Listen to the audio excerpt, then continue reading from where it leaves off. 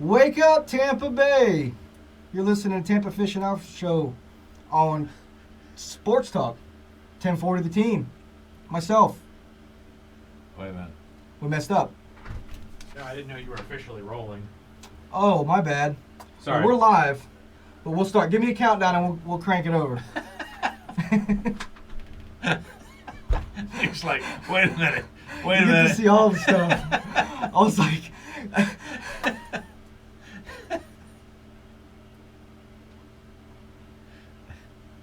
Wake up, Tampa Bay. You're listening to Tampa Fishing Outfitters Show on Sports Talk, 1040 The Team. Myself, Captain Rick Lau. I am so messed up, man. I'm going to tell you, Travis is all messed up tonight. Oh, listen, guys. We are in the studio, and we're talking some fishing. I'm pretty sunburnt. Travis is flustered. Today is December 28th, and we have been fishing a lot. It's been hot. Fishing's been good. It's been hot. But you guys are listening to the guys, and we're going to tell you a little bit about what's going on, how the year's been for us. I kind of recap a little bit on this year, try to fix our opening of the show there, but we're going to recoup and get this going. So let's start off, Captain Rick. Tell us a little bit. I know both you and I fished today, and so let's kind of talk a little bit about what we've been doing and what we've been catching here. Well, it's still a snooky time of year for me right now. The weather's warm. Fish are, the snook bite is pretty good. Bait's easy. It's moved off the. I did see some bait in the shallow water today, but I've gone off my bait catching in the shallows and started catching bait at the markers. Yeah. And did not really fish much for snook today because I had one of my meat hunters on the boat. And you guys got some trout today. We got though. some nice trout today. We got some nice trout today. It's nice when your average trout is 19 and a quarter. So that's nice trout. And you know, you and I talked on the phone today, and we were fishing snook, and we had a great snook bite going. And I told you, I said, well, we hadn't really seen any trout, and we were kind of hoping that this next cold front, which is, if you're listening to the show on the radio, you guys are going through it right now or just getting over it. But here it's Wednesday, and so we've got a cold front coming in on Friday. But which should actually help. Which should help our trout fishing. But where I was going with it is today, after I talked to you, we slammed the trout. Did you? Yeah, and we caught one trout. It was about 20 inches. And, the guys had some good regular clients on the boat. And I asked them, I said, hey, do you guys want to keep, trout? You want something to take home? And they were like, man, with what you've told us about the trout fishing this year, they said, we're going to go ahead and let it go. Yeah. And so I said, all right. So we ended up, taking care of the fish, and we let the fish go. And the next spot we went to, we destroyed the trout. Did you really? It was trout after trout. We probably caught, I shouldn't say destroyed, but we probably caught 10, 15 trout in about 20 minutes. Yeah. You had a better bite than I did. Compared to what it has been, we busted them up pretty good. But they were all, I'd say, 16 to 18, 19 inches, so it's good to see that. Yeah, we didn't catch 15 trout today, but we caught, and we could have caught more if we'd have stayed. But I had a guy that fishes with me with his grandson, and the trout bite was decent, and it was a great bite for the size of fish. So the smallest trout we had was almost 19. Everything else, we kept 6. Everything else was between 19 and 20, and we had one over 20. So took home 6, but it was a trout every 5 minutes kind of thing. And that's how, I was telling the guys that the guys I had on the boat today have fished tarpon with me. They fished snook. They fished redfish. Really good clients of mine. They travel down. They fish 5 or 6 times a year with me. And the one thing that we haven't gotten to do, just because of timing, is we really haven't done a lot of trout fishing with them. We've caught them here and there, amongst snook and redfish. And I was telling them, I was like, normally trout fishing is a very fast-paced, fishing when you get on the bite. Right. And it's nice that you had the same, quote-unquote, the same thing I had going on. So it tells me, and the area that I found these trout in, I was actually looking for some big snook. Okay. So we were fishing in some deeper areas. I can tell you right now we weren't in the same spot. No, we weren't in the same spot. Based on our conversation, I know we weren't. But it was an area that leads to a place where the trout should be. Right. And it's a place we've all been talking, hey, man, we're not seeing these trout. And so I just said, I'm going to try over here. And we were heading out of an area, and I said, let's just try this. I started throwing some chum out, and a couple snook were popping up next to the bushes. But I told the one guy, I said, man, just pitch it out there in the middle. And I said, just let it come through with this tide and see what happens. Right. Put a split shot on, and almost instantly, bam, he hooks fish. He was like, oh, that's a nice trout. You know, it was like a 16-inch trout. Well, literally over and over and over, we kept throwing out in the middle of this channel and letting it drift back down towards a corner, and they were just stacked in there, man. We, like I said, we finished up the trip there. We probably spent, I'd say, a half hour, maybe total, 20 to 30 minutes. Yeah. And literally we're like, hey, man, let's just get out of here. They didn't want to keep them. Right. We dehooked every fish. That's awesome. You know, took great care of the fish. Awesome. And so, but it was a really good time, and it put some backing to what I was telling them about trout fishing. And it was good to be able to see those fish, because I personally haven't seen a trout bite that good for me all year. Yeah, trout has definitely been. These trout we caught today were fatties. Yeah, I mean they were fatties. So same here. I mean, these were very healthy fish. All 6 of the ones we kept were just chunkers. So, and we were catching them on white bait, and I was kind of doing the same thing I was throwing the lines out. We had the perfect setup as far as tide and wind. They were working together. And right. You could throw out here and get a good 40-foot drift on it before you needed to reel in and throw again, and you would just kind of drift through that magic spot there, and there was about a 10 or 12-foot area out there that is where they were hitting, but you couldn't throw to it, because as soon as you throw to it, it's out of it quick. Right. So we were just throwing and letting them drift. And I caught bait at the marker today, and it was a little bit smaller than what we normally use, but it was perfect for the trout. And we were fishing under a float, so it was a good bite. And then we did go a little to try to do some snook fishing after that. And man, every time I would turn a corner to get to a spot that I've been fishing, there sits another boat. Yeah. So I never did get a fish any of my snook spots that I've been fishing here pretty regular. Never did get to drop a line in any of those spots today, but we still may do. We caught some big jacks and the trout and a few snook. But yeah, fishing's good. Fishing's good. I think it's going to get better if we get this little cold front coming through. I agree. Especially with the trout. The snooker still don't know where they want to be. It's going to push them to their normal wintertime hangouts. Should fire off the sheephead if you want to grab a bucket of shrimp and go sheephead fishing. Mm-hmm. I'm a fiddler man myself. You're a fiddler. I'm a fiddler. You're a fiddler. Baby. Yeah. Well, there's nothing wrong with being a fiddler. I got nothing bad there. Got nothing to say about that. I got nothing to say. But no, I'm gonna take a shrimp and cut him in thirds and catch me a sheephead. Are you the guy that this is something that you hear people talk about? Oh, I'm gonna put an old shrimp on the deck and let them turn pink and no, all I ain't that jazz. Guy. No. Yeah. No, I'm gonna take a nice, healthy shrimp and just go with it. That when I pick him up, he tries to kill me. And I'm gonna pinch him in thirds and put that on and drop it to the bottom. Rock and roll. I've actually taken a liking. Sometimes in the winter in the summer for mangrove snapper, I'll actually freeze shrimp, and that way they're a little bit hard. You know, when you put them on the hook, and they can't quite peck it off as much. And it seems to be a good way to keep a bait on the hook, especially a shrimp. When I would certainly rather use a frozen one than one that's what you're talking about. That's turned orange on the deck. That every time I pinch one off and hook it, I got to wash my hands. Yeah, 10 times. 10 times. And I'm not a germ freak or nothing, but I don't want to be handling almost stinky shrimp. I tell you what, whitebait's almost as bad. I went up this morning and caught bait and had my sweatshirt on because it was a little chilly this morning. But when I got back to the dock, I keep my boat in the marina, so I have my truck there. So I got out and I was getting some stuff out of the truck, and I tossed my sweatshirt in the truck. Let me tell you what, buddy. With that hot sun. Let me tell you what, buddy. When I got back in the truck, that was something rank, son. Yeah. There's something about them greenbacks, that whitebait. Did you notice all the cats hanging around your truck? I just thought they liked me. It ain't that.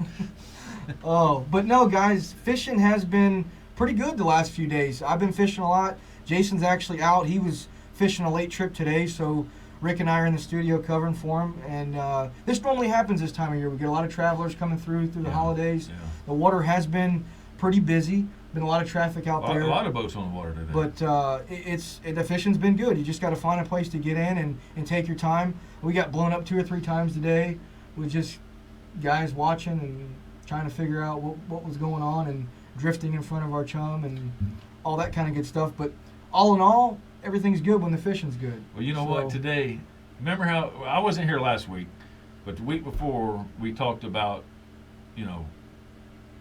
fishermen working together, right, and reeling your lines in when there's a boat coming by. If he's pinched in a spot, he can't go around.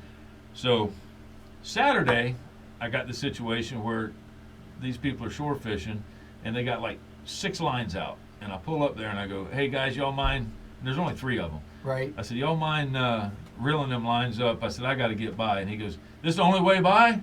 I said, "Yes, sir. This is the only way by." Right now, and I said, I can't get to where I'm going without coming through here. So they kind of, and reeled their lines in, and I thanked them and went on around, and so I going to that spot today, and if I'd have known there was a boat sitting in it, I wouldn't have went there, but I couldn't see from this spot. I pull up there, and here's these guys. It wasn't the same guys, but same spot, lines in the water, and I said, "Hey, do you guys mind reeling up so I can get by?" And the one dude says, "Well, where are you going?" And by you. I said, I need to go by you. And I tell you, this diffused, and I don't think these guys would have ever fussed or anything, but this totally diffused it. I said, "How about I give y'all a net full of white bait?" Oh, game over. You were the man, Dude, right? I was the man. That's what I'm talking about. They reeled in. I pulled up there and give them about 30 white baits. They threw it in their little wading bucket, and I went on, and they was thanking me and, "Hey, man, good luck to you. Have fun. God bless you. Happy New Year. Hope you have a great St. Valentine's Day. Easter's going to be good, man." They was awesome. all about it. I said, and that's all it takes, man. A little bit of courtesy, a little bit of being nice out there, and you can have some good trips. Yes. Well, we're going to be talking some more fishing on this show. We're going to talk a little bit about, we're going to recap kind of 2016 and talk a little bit about what's happened this year. And this is our last show of the year, so we're happy about that. And we're going to bring you a little bit more. We're going to take a little break, hear a few words from our sponsors. Coming back with tides and weather. And we're coming back with the tides and weather. You're listening to Tampa Fishing Outfitters radio show on Sports Talk 1040 The Team. We'll be right back. All right, guys. So we totally messed up the intro. My fault. I'm running a computer, everything going on. He's a busy Big man. Rick. He's a busy man. Big Rick got me rattled. But Try to, if you can, center your microphone, because when you're turning your head to him, you're getting talk. something? No, I mean your volume changes. Okay. Because when you're turning your head, you're not talking like across Gotcha. the microphone. You're Right. talking. I'm No with you. problem. I'm with you. I just got slapped on the wrist. I'm not a For the I'm second not a- time. Second time. I'm quitting. I'm out. And welcome back, Tampa Fishing Outfitters radio show. You're listening to your host, Captain Travis Yakel, and my good buddy, Big Rick, Captain Lyle. Hey. And this is Tides and Tides and Weather. Weather. Captain Rick has got the I Tides got and 'em. Weather. We're on it. I got the tides and weather. This is for Sunday, which is when you're listening to this, but the high today is 83 and the low is 66. And as far as temperature goes, and the low tide's at 11:27, and it's going to be a negative 0.13. And this is at the mouth of Little Manatee Little River, Manatee River. where this Shell where Point- this Shell Point? Shell Point is where this tide is Tide at. station. And the high is at 6:20 this evening, and it's a 1.21. So that's your tides and weather. That's good. And, it kind of seems like an echo, but we constantly talk about these low tides and the negative tides. And let me tell you what, man, last few days, it has been really low. Low. It has been Low. really low. And, not having the skiff ready to go is just killing you. is killing me. Yeah, but it But the fishing, what I've found is on that low water, when that water's not moving, especially when feels like it's 2,050 degrees outside, that real shallow water hadn't really been that productive for me. No. Once that water is moving, Right. it's moving across these shallow areas, I've found that these fish are a little more cooperative with feeding, and that's what happened to us today. We got on one spot and we sat there for about probably 15 or 20 minutes, and I told the guys, I said, listen, it's going to be a little slow to start off with. I said, but once this tide starts moving a little bit, these fish are going to come alive. And sure enough, man, it was like on a dime. I mean, once we started seeing grass move just a little bit, Right. the fish totally took off. Well, my bite didn't. Man, why are we getting a reverb here? There we go. My bite didn't come early this morning. My bite came about mid-morning and went to about noon, and then it shut down after that for me. I didn't do a whole lot after that. But as far as the low tide fishing, I tell you what I like, and I think I'm pretty much in a group with all fishermen. I have talked to people that did not like low water fishing. Right. But the way I look at it is when you're fishing really low water, those fish are concentrated. If you can find them, they're concentrated. There's more of them there. Right. As opposed to when the water comes up and they start shooting up in under the mangroves and now to me that's a harder bite unless you're on a pattern on some nice redfish. Right. Or any redfish. But I mean, if you're patterning redfish, then that's not so much. Or you got a spot that and we get this in the springtime a lot, certain passes and stuff that the snook are in, you can chum them out of the mangroves.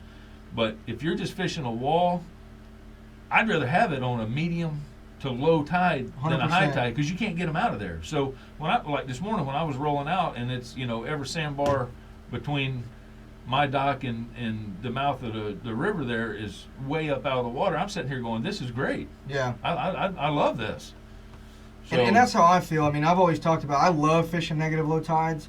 I love fishing that lower water, and I like fishing that transition period like you talked about where it's either going out, you're halfway through or halfway in, right. and those fish are on the move.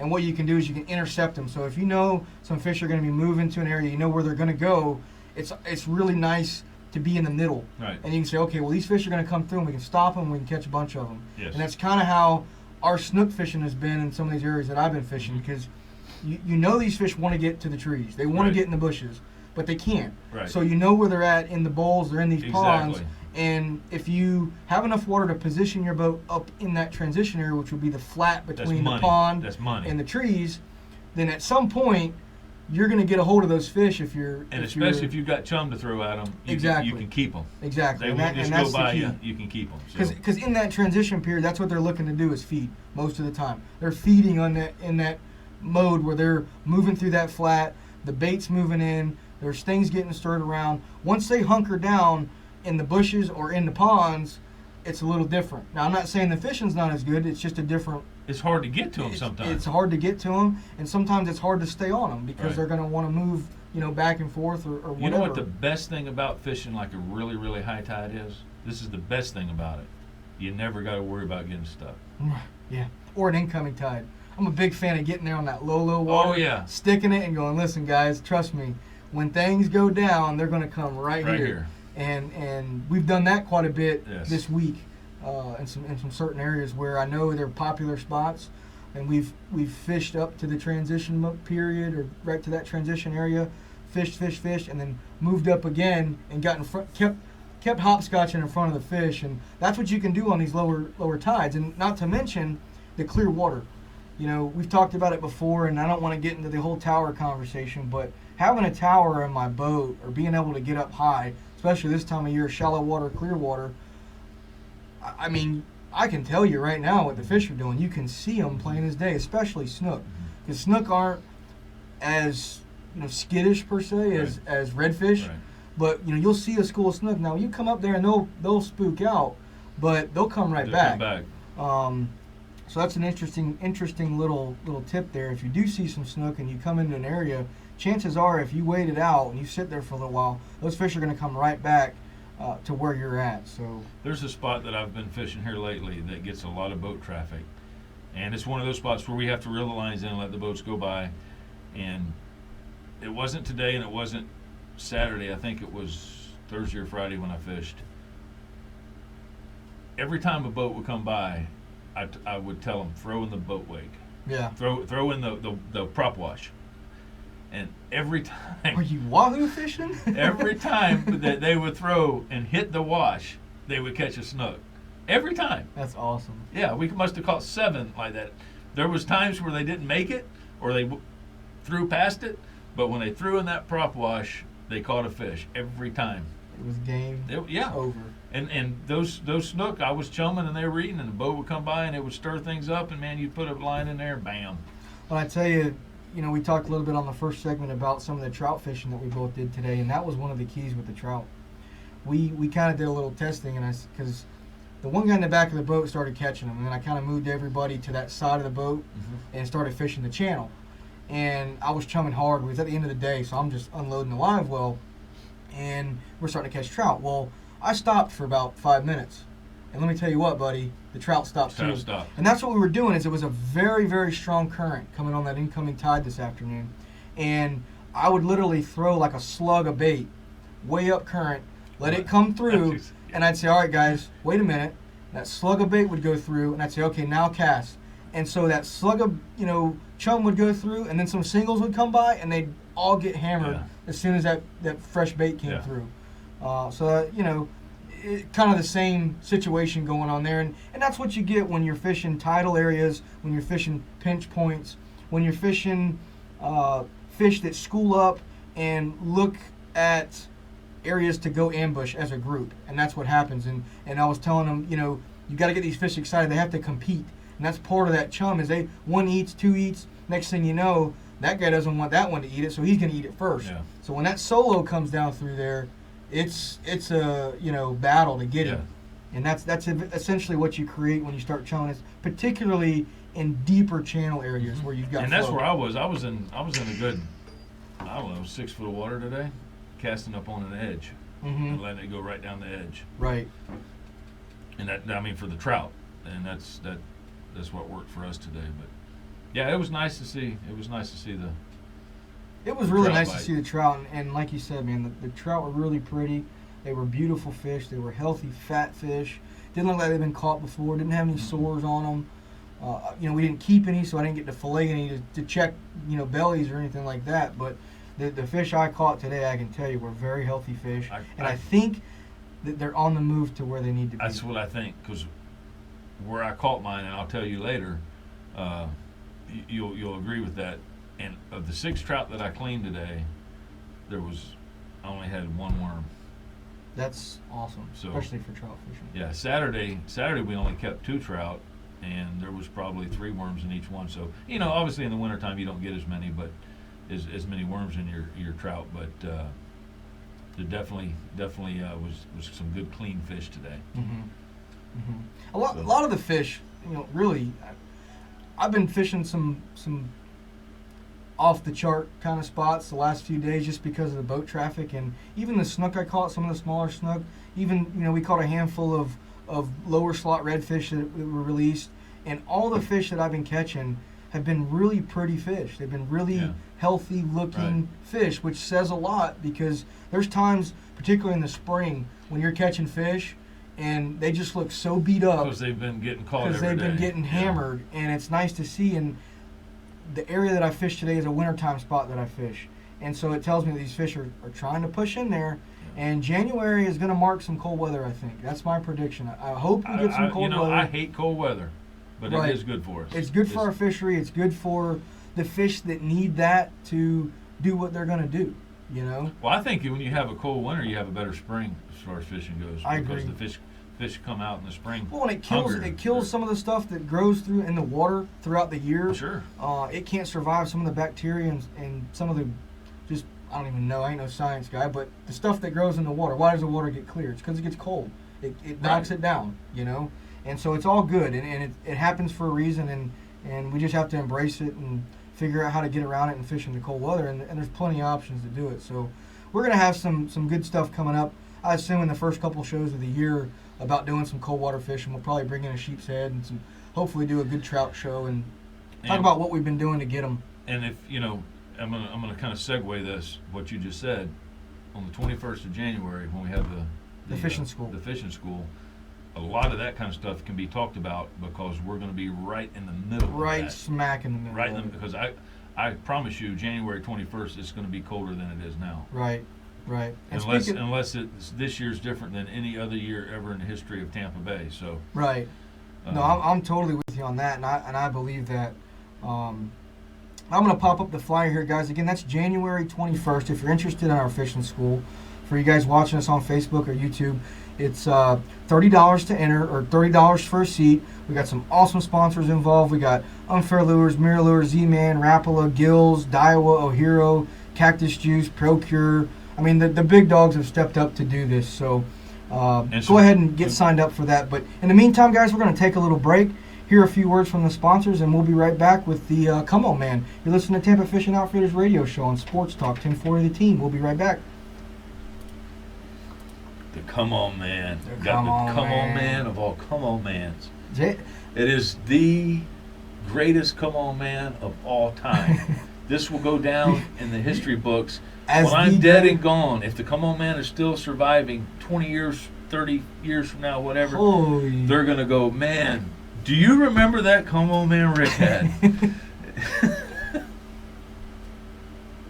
And we are back. You're listening to Tampa Fishing Outfitters radio show. Your host, Captain Travis Yakel, and host, Captain Rick Lyles. We're in the studio talking fishing, guys. It's our last show of the year. And before we get into the Come On Man, we just want to give out a couple thank yous, appreciative, I don't know if that's a word, Gestures. but gestures to Tampa Fishing Outfitters for taking us on board again this year and sponsoring the show. We're always thankful to have those guys on board and support us. And if you haven't been into Tampa Fishing Outfitters, go down there and check it out. You go. They've got three. I mean, Tampa Fishing Outfitters is probably the primary location for what we talk about, what we do. Yeah. But they also have St. Pete Fishing Outfitters and Tarpon Fishing Outfitters, and they're both great stores. They're mirror images, sort of, or they're similar in flavor to what Tampa Fishing Outfitters has to offer. Great quality products, great people, knowledgeable staff. And so get on down there and tell them you heard about it on the radio, or just go in and browse around and see what's new in the fishing world, because they've got it. But Rick, through the break here, has told me that I've got the Come On Man of all Come On Mans. That's strong. This is, I mean, That's strong. be prepared. This is, I'll take my hat off. let me set the stage. Hey, this was so funny, and I could not even have. It was one of those times where I didn't even know what to say. I mean, I was completely speechless, and I looked at these two guys in total bewilderment. I'm coming in the other day. This is, well, it was sometime in the last 2 weeks, or this would have been the Come On Man 2 weeks ago. I was there. Ooh. I'm coming in, and I see these two guys, and they're in one of those Freedom Boat Club boats. Oh gosh. There's these two guys in there, and I'm easing up close to them, and I says, how'd you guys do today? They said, man, we tore them up. I said, man, that's awesome, good. How'd y'all do? I said, well, we did okay. It wasn't a bad day. They said, did you catch any trout? I said, we caught a couple. Not. He said, any size to them? I said, no, we got a couple keepers, but they're not real big. Man, we got on the trout today. We got on the trout. Yeah, baby. So now I'm like, my trout bite hasn't been great. Right. So I'm like, now I'm all ears. Yeah, really. So how'd y'all do? I said, man, I'm telling you, we got after them. He said, you know what? I never knew. And I can see they have white bait. Ladyfish. It's got to be ladyfish. I said, did you catch them on the white? He said, yeah, we got them on the white bait. He goes, I'm going to tell you something that I didn't know, though. He says, man, I did not know that trout jump so much. Oh, so, gosh. well, now I'm concerned. Oh, Now I'm gosh. concerned. I'm like, oh, man, these guys may have snook. You Oh. know? So I'm concerned, like, Right. because he goes, we're limited out. We got our 4 trout, or our 8 trout. We got big trout. And I said, well, because I'm thinking they might be snook. I said, man, you care if I take a look at those trout? Dude, he couldn't get that cooler lid Open fast enough. He said, we got 2 over 20, and we got the other 6 are right up there close to it. And man, I looked over the side of that cooler, and he had the 8 most beautiful ladyfish I knew it. you'd ever seen packed in ice. Oh. What do you say? I didn't know what to say. I did not know what. You go. I said, man, those are some nice fish. You go. Come on, man. Come on, man. Are you Come kidding on, me? man. Are you kidding me? Had them look like cigarettes in the cigarette box stuck in that cooler. Just nice and neat. It's bad enough, and I hope my in-laws aren't watching, but it's bad enough to eat a ladyfish. But to think that you've got trout, that's a double I'm like, whammy. yeah, identify your fish. Well, evidently these guys They knew the limit. I wonder where they looked up the limit. They knew the limit. They knew the size. You know, we got 2 over 20. Nah, baby. We measured them. Didn't know trout To the jumped. fork? Didn't know trout jumped. And when he said that's when I'm thinking, oh man, they got snook. They got some snook because snook bite's been so good. Big trout jump. We did actually have one jump today, but you don't see it much. But I tell you what, that was unbelievable. That's a pretty good one, Rick. I ain't gonna lie. I mean, that's my best come on man that I've ever had. That was I looked in that cooler, and I mean to tell you, I did not know what to say. I was completely speechless. That's what do you funny. tell the guys? Hey, you knuckleheads, those are ladyfish. What do you say? you beanbags? Throw them back. They're trash. You know, so I was like, man, those are some pretty fish. Those are beautiful, brother. Beautiful hey, fish listen, right man. there. Don't Hey, tell nobody where you got those. Okay? Hey, let's keep this between me and you. This is all between us. Yeah. So anyway, that's what I got. And I maybe I find that more interesting or funny or whatever, but if you see some bandits in the Freedom Boat Club, Hey, just man. let them be. They're gonna be. Yeah. They're gonna be on the ladyfish. Or if you need some cut bait. If you need some cut bait, there you go. To hey, The guys. Can we cut some of those trout and use them? Gosh, I tell you what though, ladyfish. There can be a pain, but at the end of the day, they're pulling strings. And when you get those clients, Hey. you know, they're a we would consider them a trash fish. Okay, Absolutely. as far as food quality, as far as table fare. But On them days when it's tough, particularly coming up in January and February, it ain't even got to be a tough day for some people. you know, those things can be breadwinners. That trip we ran out of Pirates Point, where we ran 4 boats, and we ran over there and was trying to catch. Yeah. And remember, we kept catching the Ladyfish and bluefish. At the end of the day, we left over there after about 2 hours, come back to the river and fished a couple hours in the river, picking away at snook. At the end of the day, we're pulling up to the dock. They didn't give two snots about them That snook. one dude on my boat, he said, "Look," he said, "I would have been just as happy," because I was kind of apologizing because we didn't catch no big Right. snook. I said, "Man, I'm sorry we didn't catch a decent snook, you know." And he goes, "Man, I'm gonna tell you right now, I would have been just as happy staying right over there where we were at catching those ladyfish Yeah. than anything else we caught today. I had more fun with, and those were kind of some big ladyfish too." But he goes, "I had more fun catching those," and you know, I get it. Those guys were from Seattle. Yeah. And you know something else? Get kids on the boat. Bam. Awesome. Bam. Put Awesome. the kids on ladyfish. It does 2 things. It keeps them busy, Entertained.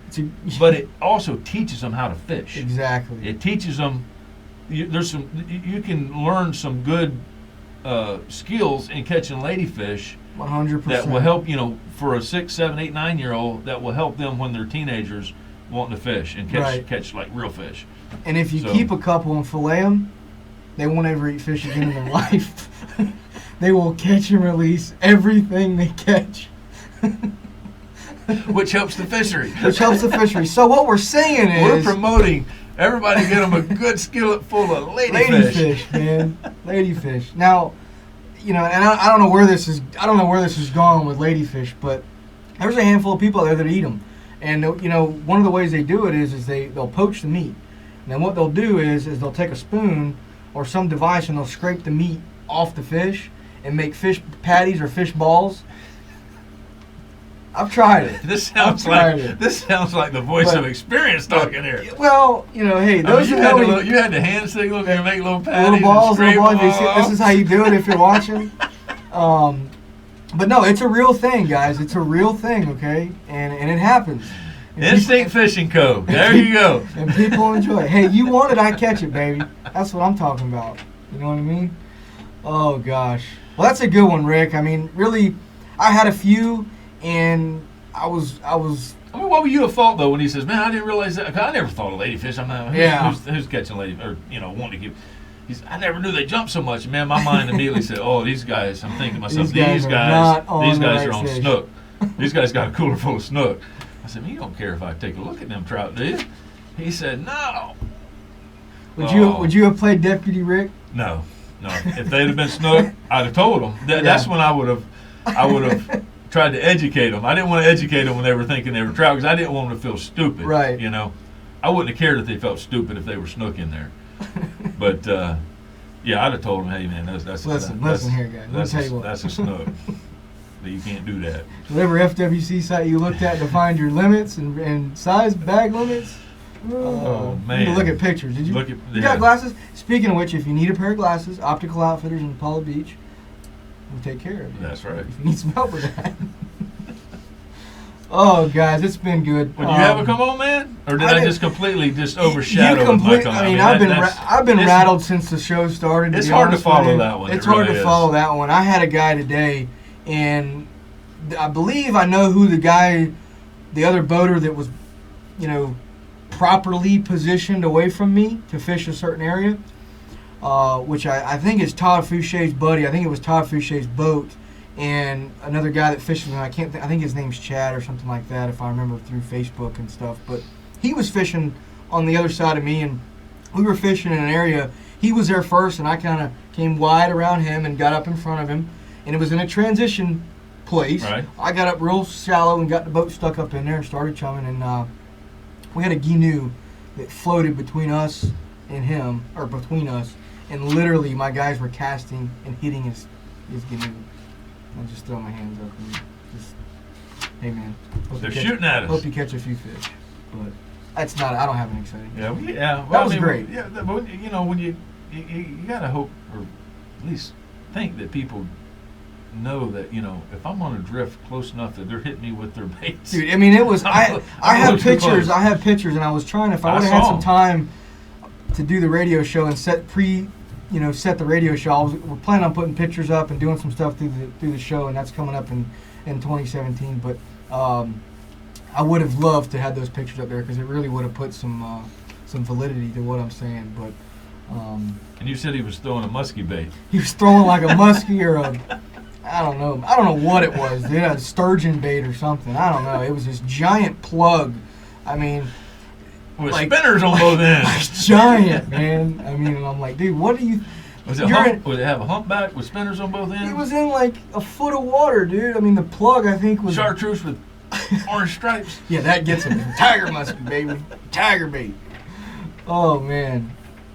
But anyway, yeah, I don't even know where to go from there, Rick, with the ladyfish. Yeah, man. you That's can't. that's a showstopper Yeah, right there. drop the mic and go. That is, That's, you know dropped the what? mic on that one, brother.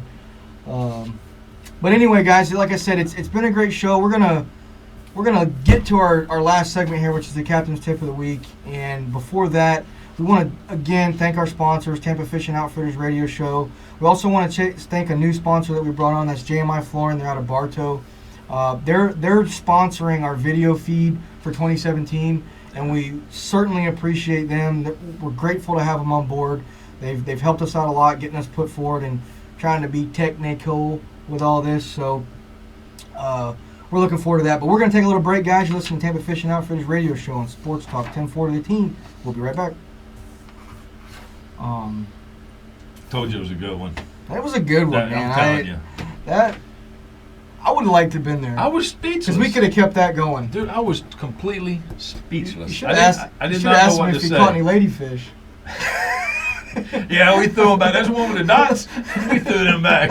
They got the two teeth in the front. Yeah, they were junk, man. They were bigger than this. Oh, gosh. They're too slimy. And we are back. Last segment of the show. And me and Rick are just still kicking over this ladyfish thing. It's the Captain's Tip of the Week. But I was talking to Rick. Our last segment we were talking about the whole ladyfish thing. And I asked Rick if he asked me if they caught any ladyfish. You say, yeah, we caught some of them. The ones with the two teeth in the front and have all the dots on them. Yeah, those were bigger than those. Man, they broke us off. We had to let them go. But it's the Captain's Tip of the Week. Do you got one? I've got one, and here's my tip of the week. Get out and do some fishing. And we're gonna have this cold weather coming up. The water temperature, my tip of the week is everybody's going to be afraid for this next couple days when it's getting cold. And if you're listening to the radio show right now, it's Sunday and it's already probably cold. But the water temperature takes a while to come back down. Right. You need some lengthy cold weather to actually bring that water temperature down.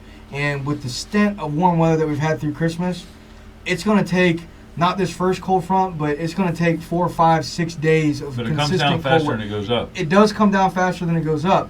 But I think, too, it's going to help. And I don't think it's, me personally, I don't think it's going to affect the fishing. And so, not as bad as we think it is, because we've been waiting on this. I think the fish are waiting on some colder weather. I mean, we were looking at fish today. I was in the tower looking at snook, and they just didn't want to move. Mm-hmm. Like, it was hot, man. At 1 o'clock, 2 o'clock this afternoon, it was blistering hot. I mean, you can see on my face, I am sunburned. It's December 28th right now. Mm-hmm. And so my tip of the week is, don't be afraid to get out and do some fishing. It's going to be cold. It's going to be windy. If you can't get bait, go get some shrimp. Shrimp's going to start to play here real soon. And if you can't get some shrimp, or if you can get some fiddlers, get some fiddlers. That's another one that I recommend. Fiddlers. Fiddler, bang. Well, you know, there's one thing, and I totally get it. When somebody books a trip with us and they go fishing, they want to catch as many fish as they can. They want the weather to be perfect, the wind to be perfect, the tide to be perfect. They want everything to be right. But as a fisherman that fish on my own and grew up fishing, and same as you, and I think a lot of captains will probably fall into this, a lot of times we see an inclement weather day or a tide that's far from perfect, or any kind of little weather phenomenon that's puts a challenge out there. Right. And we look at that as a challenge. I actually, it's almost, I'm a big golfer, play a lot of golf. I love playing in the wind. I love playing in overcast days. You ought to see him in the front yard. He dances. I dance. I got this little thing that's got a ribbon on it, but look at a day like that, because I would think probably most people listening to this fish when they can. Right. You got a day you can go fishing. So I'll be using one of Travis's terms, embrace it. Go out there and look at it as, you know what? Yeah, we're not going to catch 40 fish today. Right. And don't be upset if you don't, because you know what? You got guys that have got their TV shows and won tournaments and done all that stuff. They're not going to catch 40 fish. Right. They're not going to catch 20 fish. Go out there and just do the best you can, and if you just try to conquer the fish, and if you catch a half a dozen fish, that may be a great day. Sure. With the conditions that you have.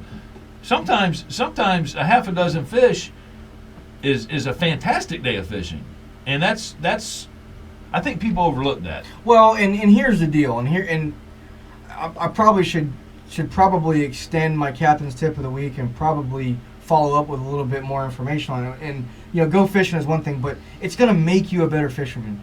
It's going to make you a better fisherman by going out and finding and catching fish on a day that's challenging. In the springtime, when you can go on any mangrove shoreline across Tampa What Bay have you accomplished? and throw a bat full of chum out and catch 10, 15 snook in just about any spot, that's not a challenge. A challenge is you reeling it into the boat. But there's a whole, process of finding an area, figuring out where those fish are going to be in that area, figuring out how to catch those fish, how to stage up on them. And that's a good thing. That's going to help you on those days when you are successful on a tough day of fishing. You make yourself a better fisherman. Right. Period. And that's fine for all of us that live here and fish here and all that. It's I get it when somebody comes into town. They fly in from Boston and they're on a business for here for a couple of days, and they decide that they're going to go fishing one afternoon. I get it. That's not the guy. I mean, right. You never want anybody to have a tough fishing day, but it's more important that those guys go out and just hammer the fish. It's just my opinion in my mind, and I'm only speaking for myself. Guys that get to do it all the time, if you have that day where you don't catch as many fish, and you could still have had a great day and not caught as many fish because of the conditions around it, that's more rewarding. Now, I mean, trust me, a guy coming in here from Boston or from wherever, and he gets on the boat and the conditions aren't good, and he goes out and catches 5 or 6 fish, that's not a good day for him. No. That's he don't know, or they don't, he, she, whatever, they don't know. But us that are here all the time, we fish Tampa Bay year round, we know what to we're going to expect have those 60, 70 level. snook days. But we also know that you may have a better, quote, fishing day and catch 8 fish.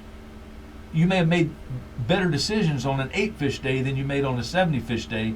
and had to you accomplish more with that Sure. than you did on one of those other days, just because of the conditions you were fighting. My point is, use your word, embrace that, and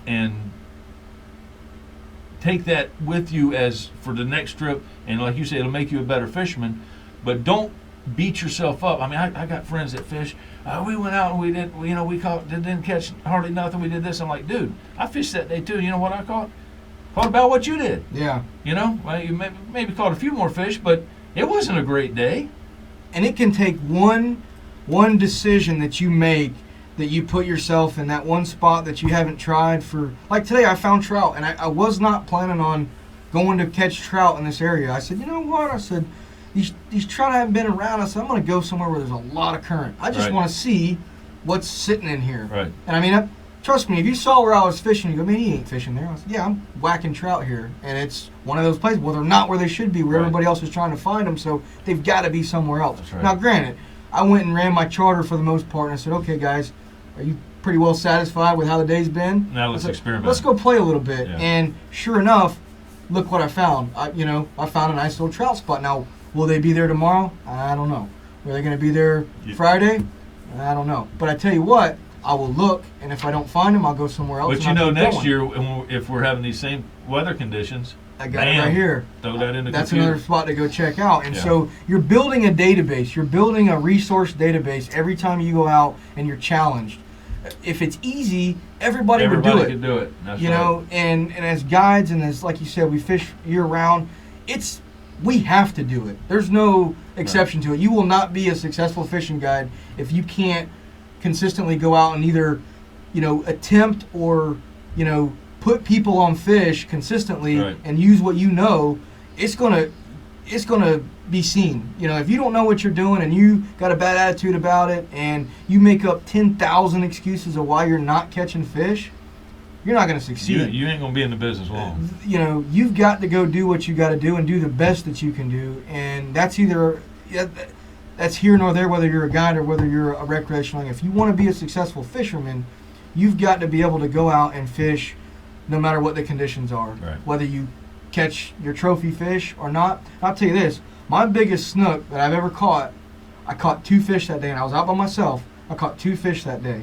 I caught a nice redfish. I remember it specifically. I caught a nice redfish. I caught a 42-inch snook. He was like 25, 26 pounds. Do you have any pictures And of this? I do. You do. I was on the cover of Woods and Water in 2012.